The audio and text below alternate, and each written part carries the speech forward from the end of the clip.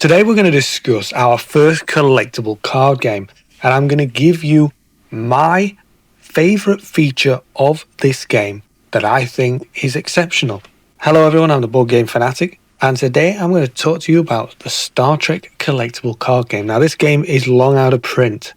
It has been out of circulation for a very long time. You can still find some things on the second-hand market, but I'm not trying to get you to buy the game today. I'm just going to tell you what I think makes this beyond exceptional. And there is something in this game that made this one of the first titles that inspired me for this video series, this deep dives into games that I think have outstanding features.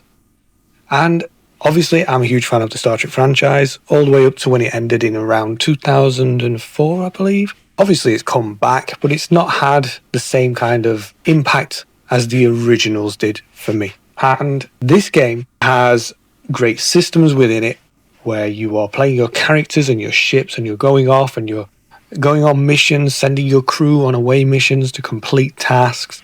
You're going into space locations to encounter various different dilemmas that you will encounter.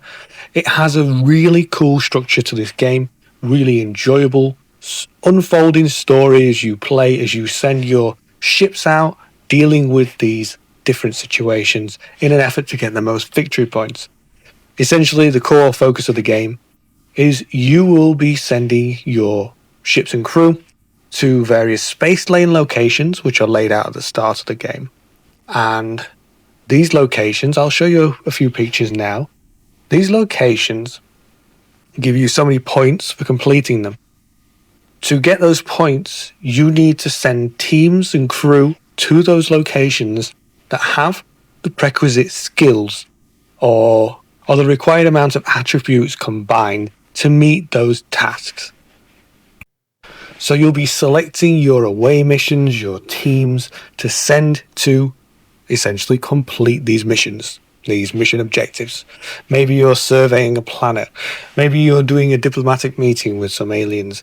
Maybe you're exploring uncharted space and a space phenomenon that you've never seen before. Whatever they are, each of these missions will give you set requirements. Maybe you need geology skill. Maybe you need astrophysics.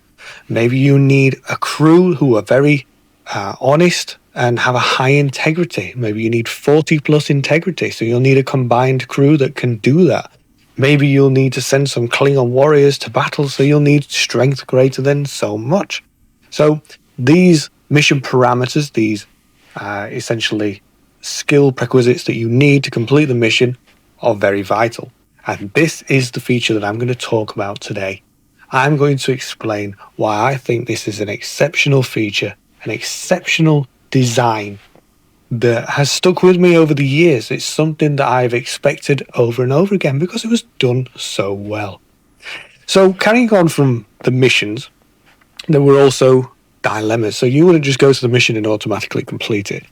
You would also need to face dilemmas, which are another type of card that will be laid out by your opponent. They would choose which locations. They will place them under your missions, and you would place your dilemmas under their missions. When you send your away team to complete the mission, the planet, the space location, whatever it is, they encounter the dilemmas first. And dilemmas add a lot of variety in what their prerequisites are to overcome them. Maybe you need to have a weapon. Maybe you need to have somebody who is very versed in computer skill or transporter skill.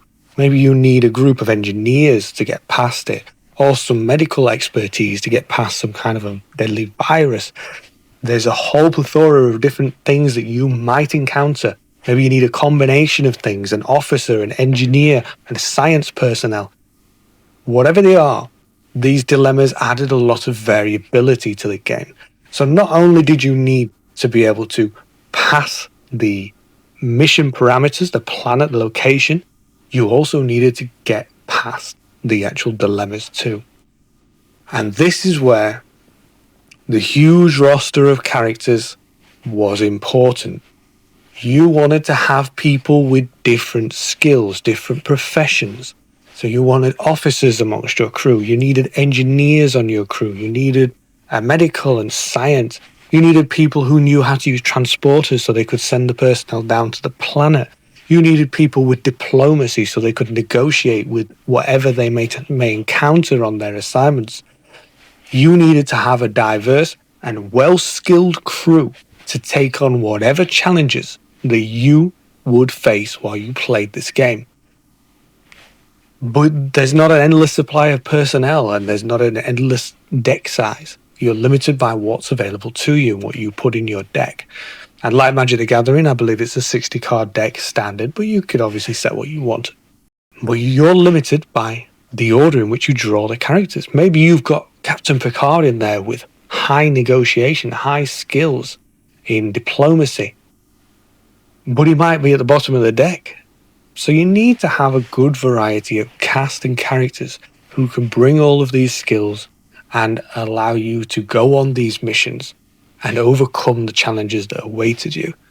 And so these skills, these different icons, these different abilities that all of these characters had was a feature that I thought was exceptional.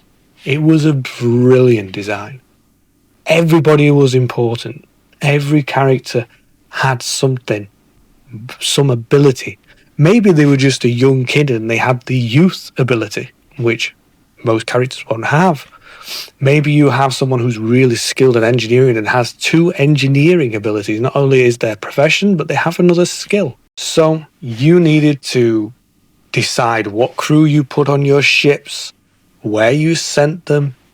You also needed the crew to have the right skill level to man your vessels. Some larger ships required a senior officer with the gold icon, and some required the little white star icon you might see on some of the cards.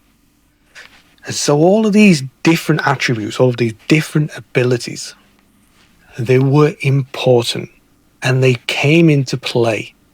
And even the very minor ones, even the ones that you didn't see on many cards, there was always the chance that they could come in useful or important.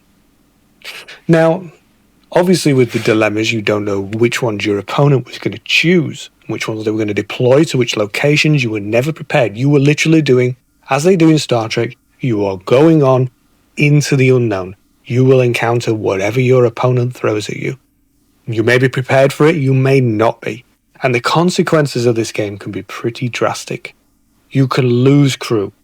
You can have your entire ship destroyed if you're ill-prepared to deal with the situations. But you were able to plan for your mission assignments, the actual location cards, a little bit because they were in your deck. You could build and tailor your deck around a crew and a combination of ships and crew that could tackle those missions. But you always needed to factor in, what about the dilemmas that they're going to put me up against? I might have all the skills I need to tackle the missions. I've got all the engineers, I've got Commander Cisco, I've got some medics, and I've got people with transporter skills. I'm saddled, I'm ready to go, I'm ready to take it all on. But my opponent's throwing in some dilemmas. What could they be? Would I need people with high integrity? Would I need some medical officers to deal with a contagion that gets on the ship? Whatever they threw at you, you had to try to be as prepared as possible.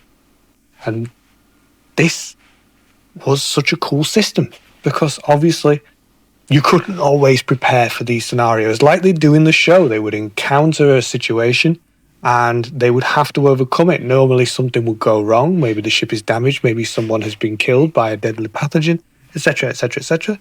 And they have to overcome that obstacle.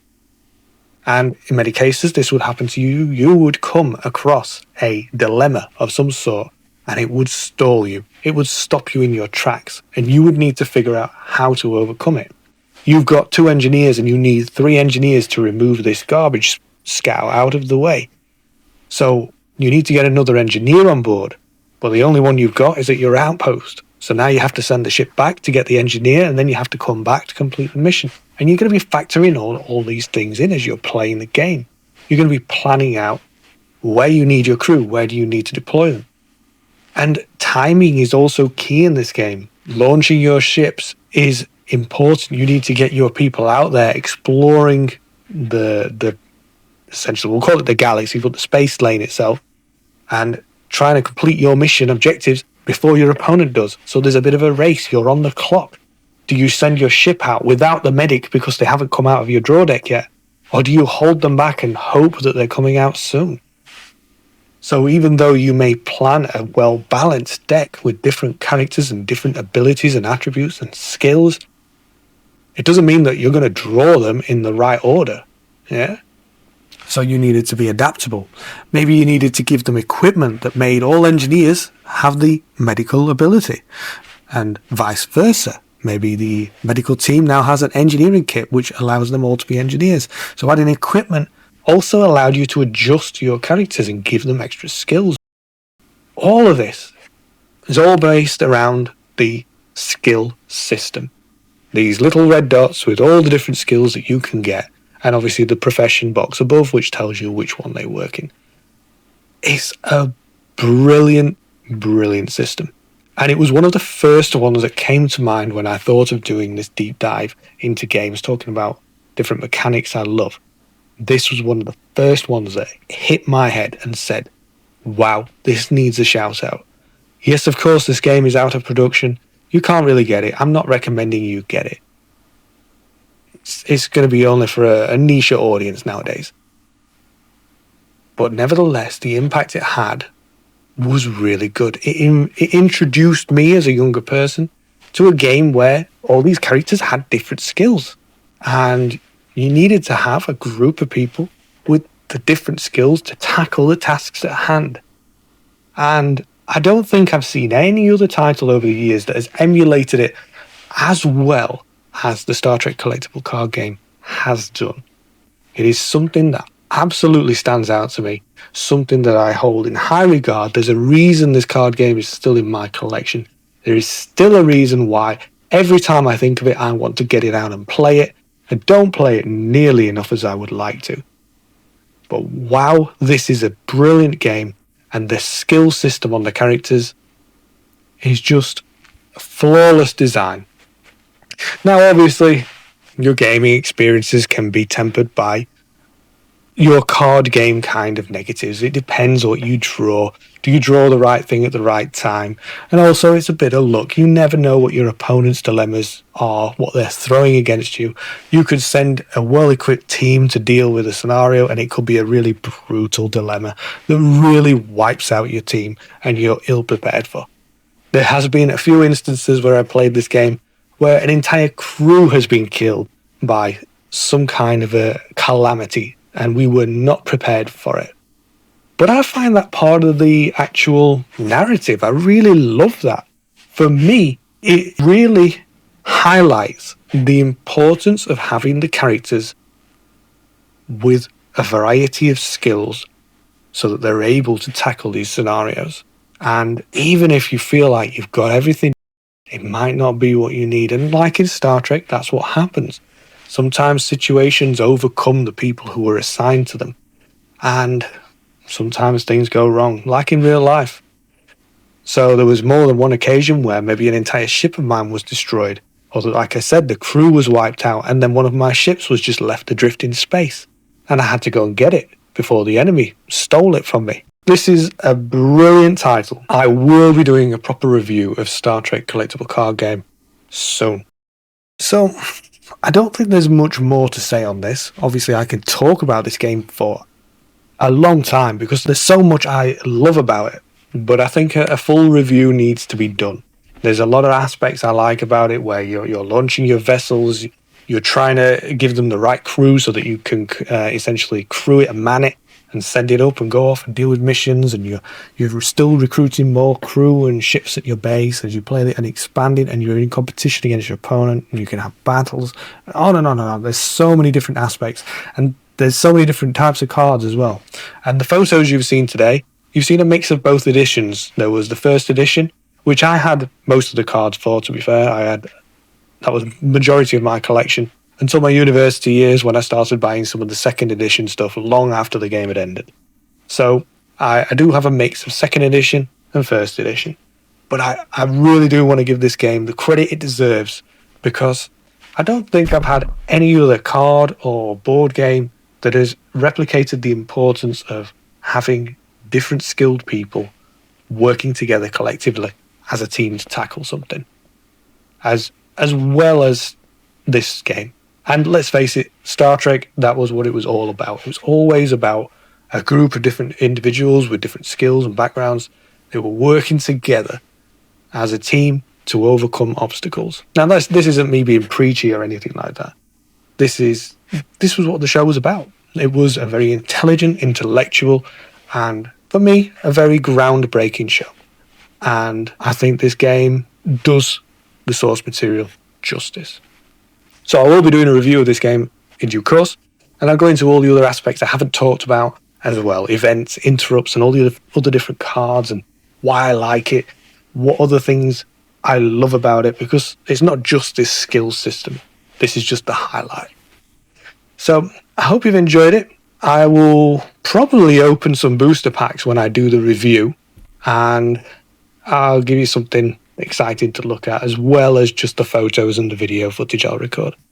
I hope you've enjoyed today's video. Let me know what you think. Have you played the Star Trek card game? Do you like it? Do you know of it? What are your thoughts on it? And please subscribe, and you can become a member if you want. I'll be activating that very soon. And hit the like. I look forward to seeing you all next time.